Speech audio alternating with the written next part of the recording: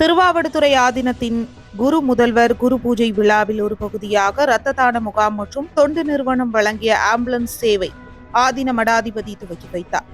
மயிலாடுதுறை மாவட்டம் குத்தாலம் அடுத்த திருவாவடுதுறையில் 14ஆம் நூற்றாண்டைச் சேர்ந்த பழமை வாய்ந்த திருவாவடுதுறை ஆதீனம் அமைந்துள்ளது. ஆதீன குரு முதல்வர் நமச்சிவாய மூர்த்திகளின் குரு பூஜை விழா கடந்த 26ஆம் தேதி கொடியேற்றத்துடன் துவங்கி நடைபெற்றது. முக்கிய நிகழ்ச்சியான பட்டின பிரவேசம் நேற்று முன்பு நடைபெற்ற நிலையில் விழாவின் ஒரு பகுதியாக இரத்த தான முகாம் இன்று திருவாவடுதுறையில் நடைபெற்றது. முகாமை ஆதீன 24வது மடாதிபதி ஸ்ரீலஸ்ரீ அம்பலவான தேசிக பரமாச்சாரியார் சுவாமிகள் துவங்கி வைத்து இரத்த தானம் செய்தவர்களுக்கு பதக்கங்கள் மற்றும் சான்றிதழ்களை வழங்கினார்.